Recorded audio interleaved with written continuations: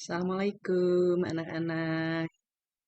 Semoga kalian tetap sehat dan tetap semangat ya. Hari ini kita akan melanjutkan mempelajari materi berikutnya. Setelah kemarin kita belajar tentang jaringan tumbuhan, hari ini kita akan belajar tentang jaringan hewan. Nah, tujuan pembelajarannya kali ini adalah satu, menjelaskan struktur jaringan pada hewan. Yang kedua, menjelaskan letak dan fungsi jaringan pada hewan. Yang ketiga, menganalisis keterkaitan antara struktur sel pada jaringan hewan dengan fungsi organ pada hewan. Oke, untuk eh, yang keempat, kita skip aja ya. Ini harus melakukan kegiatan praktikumnya. Jadi kita batasi di tiga tujuan ini saja ya untuk pertemuan kita hari ini. Nah, jaringan pada hewan itu meliputi satu ada jaringan epitel, dua jaringan ikat, tiga jaringan otot, empat jaringan saraf. Lalu jaringan-jaringan ini akan membentuk sebuah organ. Ini contoh ada organ. Apa sih definisi organ? Organ ini adalah kumpulan dari beberapa jaringan yang berbeda-beda fungsinya, tapi semuanya mendukung fungsi organ tersebut. Misalnya nih, betul nggak lambung itu suatu organ? Kita buktikan bahwa organ kumpulan jaringan ya. Nah, pada lambung ada jaringan apa saja? Nih, satu ada jaringan epitelium yang ada di bagian dalamnya, paling dalam ya, di terdalam ada jaringan epitelium. Epitelium silindris ini bentuknya. Yang kedua ada jaringan ikat. Nah, yang ketiga ada jaringan otot dan keempat jaringan saraf. Benar ya bahwa lambung ini adalah sebuah organ karena tersusun oleh berbagai jaringan yang berbeda. Lalu kita bicara tentang jaringan epitel. Nah, jaringan epitel ini terdiri dari ada epitel eh, macam-macam ya, didasarkan pada bentuknya. Didasarkan pada bentuknya, pada dasarnya ada tiga macam saja, yaitu pipih, kubus, dan silindris. Nah, strukturnya ada yang selapis, ada yang berlapis. Nah, ini di sini Ibu tayangkan contoh-contoh epitel pipih. Epitel pipih selapis, contohnya pada kapiler darah, pada pembuluh limfe, di alveolus paru-paru, kapsula Bowman, pleura, peritoneum, perikambium, kemudian ada di pembuluh limfe. Fungsinya semuanya ini untuk difusi dan filtrasi. Lalu ada epitel kubus selapis. Contohnya pada kelenjar tiroid, nefron ginjal, tubulus ginjal, lapisan dalam lensa mata, ovarium. Nah, fungsinya ini pada umumnya untuk sekresi, absorpsi, dan sebagai proteksi atau pelindung. Yang berikutnya ada yang silindris selapis. Contohnya pada lambung, usus, jonjot usus, kelenjar pencernaan, uterus, ovida, kantung empedu. Fungsinya secara umum adalah untuk sekresi, absorpsi, dan proteksi.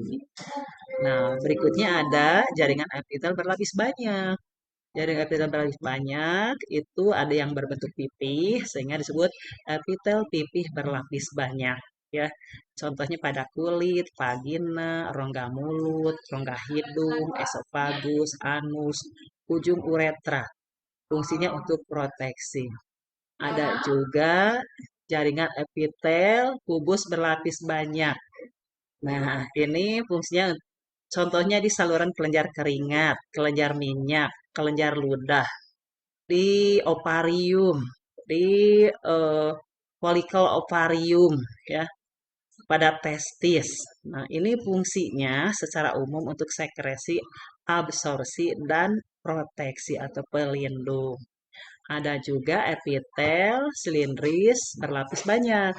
Nah, contohnya pada laring, paring, trakea, uretra, saluran ekskresi, kelenjar ludah, kelenjar usus. Fungsinya untuk sekresi, pelindung, dan pergerakan. Tahu nggak pergerakan ini apa? Contohnya pergerakan ini pada trakea. Kalau ada partikel debu itu akan dikeluarkan lagi ya. Karena ada epitel silindris ini yang biasanya bersilia di sini. Lalu ada juga yang ini di saluran telur misalnya ya di saluran telur itu ada opum yang bergerak. Nah, itu juga pergerakannya oleh epitel. Ini yang berfungsi sebagai pergerakan. Kemudian ada epitel silindris semu atau bersilia. Contohnya pada rongga hidung, pada saluran pernapasan. Contohnya untuk proteksi, sekresi, dan gerakan zat. Di atas ini ada gambarnya ya, gambar sel-sel epitel yang membentuk jaringan. Nah, ini yang Ibu tunjuk ini adalah epitel silindris berlapis semu dan bersilia. Ya. Kemudian yang ini, yang satu lagi epitel silindris sama ini juga. Epitel silindris berlapis semu dan bersilia sama ya ini juga. Kemudian berikutnya, nah ini macam-macam jaringan epitelium gambarnya. Ada simple squamous itu adalah pipih ya, pipih selapis. Simple kuboidal adalah kubus selapis. Kemudian ada pseudostrativid kolumnar, kubus berlapis semu. Ada strativid squamous, ada epitel, kubus berlapis banyak. Kemudian ini ada simple kolumnar, berarti oh yang kubus berlapis banyak ya ini simple kolumnar berarti silindris selapis ya. Lalu strativid kolumnar ini berarti epitel silindris berlapis banyak dan transisional. Nah, transisional itu berubah-ubah ya bentuknya. Contohnya pada kantung urin. Pada kantung urin atau vesika urinaria sedang berisi urin dengan sedang kempes kosong tidak ada urinnya itu berbeda bentuknya ya. Nah, ini macam-macam jaringan epitel. Nih, contoh lainnya ya ada epitel selaput, ada selaput perut. Nah, ini contoh lainnya selain yang tadi disebutkan. Ini contoh-contoh lainnya. Berikutnya ada epitel kubus selapis pada ginjal. Nah, ini bentuknya ini ginjal. Di ginjalnya di mana? Misalnya pada nefron, pada tubulus. Ya. Lalu ini gambarnya epitel kubus berlapis banyak pada kelenjar keringat. Oke, kelenjar keringat, kelenjar minyak, kelenjar ludah. Pokoknya kalau yang epitel kubus berlapis banyak itu umumnya membentuk kelenjar-kelenjar. Berarti fungsinya untuk sekresi kalau kelenjar itu. Nah, ini macam-macam jaringan epitel, gambarnya juga yang tadi sudah disebutkan. Ini gambarnya ya supaya kalian tahu. Yang ini epitel silindris selapis ya. Kemudian yang ini epitel silindris berlapis banyak. Oke, lanjut. Nah, ada epitel transisional kan tadi ya. Nah, epitel transisional itu menyusun pelvis renalis, ureter, kandung kemih, dan uretra. Jika penuh kandung kemihnya, epitelnya pipih. Jika kosong, epitelnya berbentuk kubus. Ya, disebut transisional. Berikutnya ada epitel kelenjar. Nah, bicara tentang kelenjar, kelenjar ini ada dua macam ya, ada kelenjar endokrin dan kelenjar eksokrin. Apa sih bedanya? Kelenjar endokrin ini adalah kelenjar yang tidak memiliki saluran pengeluaran atau buntu, disebut kelenjar buntu. Hasil sekresinya berupa hormon, langsung masuk ke peredaran darah. Kemudian contohnya apa? Kelenjar endokrin ini contohnya kelenjar gondok, paratiroid, adrenal, timus, ya ini yang menyebar di seluruh tubuh kita. Ada juga yang kedua adalah kelenjar eksokrin. Nah, kelenjar eksokrin ini memiliki saluran pengeluaran. Zat sekretnya berupa enzim, keringat, air ludah, atau air liur. Contoh kelenjar eksokrin, kelenjar ludah, kelenjar keringat, kelenjar susu, dan kelenjar yang ada pada usus, kelenjar Lieberkühn pada usus, dan fundus ya, atau kelenjar Brunner juga pada usus. Itu mengeluarkan getah yang mengandung enzim. Nah, yang kedua adalah tadi kalau ini jaringan epitel ya. Pertama, ini jaringan ikat atau penyokong. Jaringan ikat atau penyokong fungsinya apa? Nah, sesuai dengan namanya untuk mengikatkan antara jaringan satu dengan jaringan lain atau mengikatkan organ satu dengan organ lain. Nah, komponennya yang namanya jaringan ikat memiliki komponen-komponen, ada sel-selnya, ada matriksnya, ada serabutnya. Sel-selnya misalnya ada sel fibroblast, ada sel lemak, ada sel plasma, ada sel makrofag, dan sel tiang atau mast cell. Lalu ada juga matrik atau bahan dasar. Nah, bahan dasar bersifat homogen setengah cair ya, tersusun dari karbohidrat, protein, air. Fungsinya untuk apa? Fungsinya mengisi ruang-ruang antar sel. Terus serabut sebagai pengikat air sebagai pelumas. Ada juga serabut. Nah, jenisnya kolagen, ada elastin, ada retikuler. Kolagen ini serabut putih paling banyak dalam tubuh kita. Sifatnya kuat, liat, kemudian contohnya pada tendon, tulang, dan kulit. Lalu elastin, serabut kuning. Ini karakteristiknya halus, lentur, kenyal, atau elastis. Kemudian pada bantanan lemak contohnya, pembuluh darah dan ligamen. Retikuler, paling halus. Bentuknya seperti jala, fungsinya penghubung antara jaringan ikat. Berikutnya, nih, jaringan ikat secara umum itu dibedakan menjadi jaringan ikat longgar dan jaringan ikat padat. Dan ketiga adalah jaringan lemak atau adiposa. Jaringan ikat longgar sesuai dengan namanya. Nih, strukturnya longgar ya. Ada kosong-kosongnya nih. Kemudian sel-selnya banyak. Serabut-serabutnya longgar. Nah, serabutnya ada serabut kolagen, retikuler, dan elastin. Tersusun longgar. Selnya banyak jumlah dan macamnya. Fungsinya sebagai pembungkus atau penyokong organ-organ tubuh.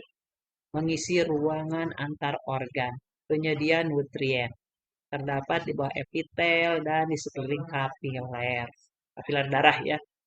Lalu jaringan ikat padat. Nah, jaringan ikat padat ini strukturnya tersusun oleh serabut kolagen atau serat kolagen yang padat dengan jumlah selnya eh, homogen ya, hanya satu macam aja yaitu sel fibroblast. Kurang elastis atau tidak elastis. Fungsinya sebagai penyokong atau proteksi dan penghubung antar organ. Contoh tendon. Tendon adalah penghubung antara tulang dengan otot. Ligamen menghubungkan tulang dengan tulang. Fasia menghubungkan otot dengan otot. Subkutis menghubungkan otot dengan kulit. Yang ketiga ada jaringan lemak atau adiposa.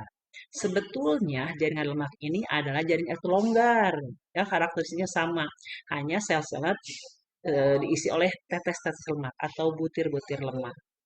Nah, contohnya, fungsinya untuk apa? Fungsinya sebagai penimbun lemak, ya, penimbun lemak. Nah, lemak kita tahu fungsi lemak sebagai cadangan makanan, pengatur panas, ya. Letaknya di mana? Di bawah kulit atau di sekitar persendian atau sekitar ginjal atau sekitar usus atau sekitar jantung. Jaringan ikat umum yang tadi ya, yang gambarnya sudah ditunjukkan sama Ibu, ada longgar, padat, dan lemak. Nah, ini skematisnya ya. Nah, jaringan ikat khususnya, nah, yang termasuk ikat khusus yaitu jaringan tulang rawan, jaringan tulang sejati, jaringan darah, dan jaringan limpe. Nanti kita bahas satu persatu. Jaringan tulang rawan.